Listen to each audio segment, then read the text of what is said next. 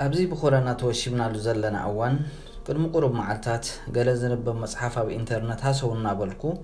حنتي بشحن شعت من 9 بأباي ساقي سيف استصحفت حصير زان تهيوت ممري ساعت ولد مدهن قال سمت فادم قرنات بالمصحف رخبكم برقص قدم حجي أرستنا يتا مصحف تريان بيبي سقرا سلزنوركو لوم جزي أقد أخيروس كنبا وصنكو إذا 78 ገጻት ዝሓዘት ንእሽቶ መጽሓፍ ምስ ጀመርካ ከተቋርጻ ይካኣልን ነቲ ዛንታ ናይዞም መምህር እናነበብኩ ድማ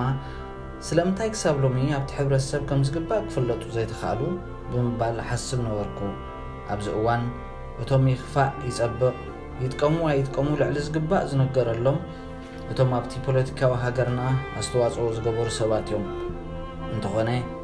ኣብቲ ኻልእ ዓውዲ ንሕብረተሰብ ዝጠቅም እዮ ዝፈጸሙ ዛንቶኦም ክነገረሎም ኣለዎ እቲ ምንታይሲ ሃገር ብፖለቲከኛታት ጥራይ ኣይትህነፅን ብወገነይ ናይዞም መምህር ታሪክ ከምቲ ዝግባእ ተነጊሩ ኣይብልን ኣብ ምጅማር ዘመናዊ ትምህርቲ ኤርትራ ከዓ ወሳኒ ተራ ዝተፃወቱ ኩሉ ኤርትራዊ ከዓ ክፈልጦ ዘለዎ ኮይኑ ይስማዓኒ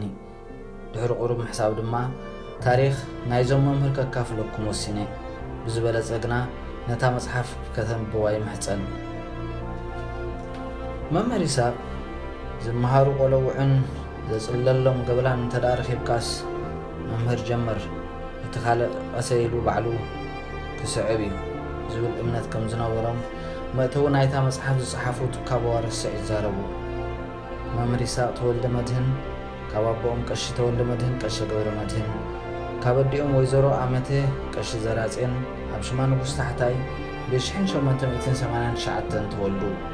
መምህር ይስሐቅ በቦኦም ኮነ በዲኦም መጽሓፍ ቅዱስ መርመሩ ሊቃውንቲ ካህናት ነበሩ እሞ መንፈሳውን ስጋውን ትምህርቲ ካብ ገዝኦም ጀሚሩ እናተዋህቡ ዝዓበዩ ነበሩ ብፍላይ ወላዲኦም ቀሺ ተወልደ መድህን ክሳብ ናብ ሃገረ ሽወደን ብምኻድ እተምሃሩ ብወጻእተኛታት ናዕዳ ዝረኸቡ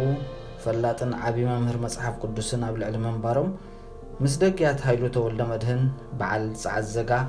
ብሓባር ብምስራሕ ሃገራዊ ጉቦኦም ዝወፈዩ ብምንባሮም ኣብ መምህር ይስሐቅ ጽልዋ ከም ዘሕደሩ ርዱእ እዩ ኣብቲ እዋን ባዕዳዊ መግዛእቲ ጣልያን ኣብ ሃገርና ስፋሕፊሕሉን ደልዲሉሉን ዝነበረ እዋን ብምንባሩ ንደቂ ሃገር ትምህርቲ ከይወሃብን ኣብ መንጎ ደቂ ሃገር ድማ ከየስፋሕፍሕን ከልኪሉ ስለ ዝነበረስ መምህር ይስሐቅ ኣብ ገደብን ኣስመራን ጥራይ ተሰሪሕን ኣገልግሎት ዝህባ ዝነበራ ናይ ሽወደናውያን ወንጌላውያን ሚስዮናት ኣብያተ ትምህርቲ ብምእታው መባእታዊ ትምህርቶም ተማሃሩ ብድሕሪዚ ናብ ሃገረ ኢጣልያን ናብ ሊባኖስ ከተማ ቤይሩትን ብምኻድ ኣብተን ኣብኡ ዝርከባ ናይ ኣሜሪካ ዩኒቨርሲቲ ክብ ዝበለ ትምህርትን ምቕሳም በቕዑ ትምህርቶም ዛዚሞም ንሃገሮም ምስ ተመልሱ ንዕኦም ዝበቃ ስራሕ ክረኽቡ ይከኣሉን እተን ኣብ ኤርትራ ዝነበራ ክሳብ 4ይ ክፍሊ ጥራይ ክምህራት ተፈቕደለን ኣብያተ ትምህርቲ 6 ጥራይ ብምንባረን ምስ ተገንዘቡ ከዓ ብዘይ መጠን ሓዘኑ እተን ኤርትራውያን ከስተምህራ ማዕጾን ከፊተን ዝነበራ ውሕዳት ኣብያተ ትምህርቲ እውን እንተኾነ ብሃይማኖታዊ መልክዕ ተጎልበባ ንፕሮፓጋንዳ ጥራይ ዘይኮነስ ንሃገረ ኢጣልያ ሰራዊት ኢጣልያ ከምኡን ምምሕዳር ኢጣልያ ዘመስግናን ዘመጉሳን መዝሙራት እናደባለቃ ሁሉ ታሪክ ኢጣልያን ጅግንነት ኢጣልያውያንን ተረዳኣ ብፃዓዱ ደናግል ዝካየዳን ዝምርሓን ብምባረን ኣበርክተን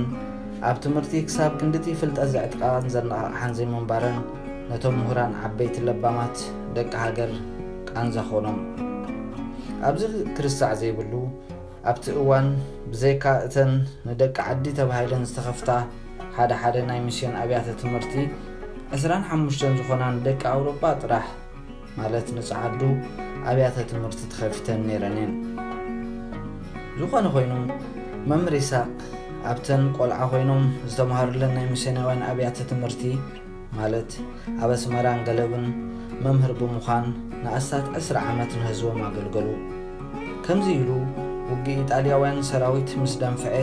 ኩለን እተን ኣብ ኤርትራ ዝነበራ ሽወደናውያን ሚስዮናውያን ኣብያተ ትምህርቲ ከም ዝዕፀዋ ስለ ዝተገብረ እዚ ከዓ መምህር ይስሐቅ ተወልደ መድህን ካብቲ ዝፈትውዎ ስራሕ መምህርና ንክግለሉ ገበረ ድሕሪኡ أمرارا وليدهم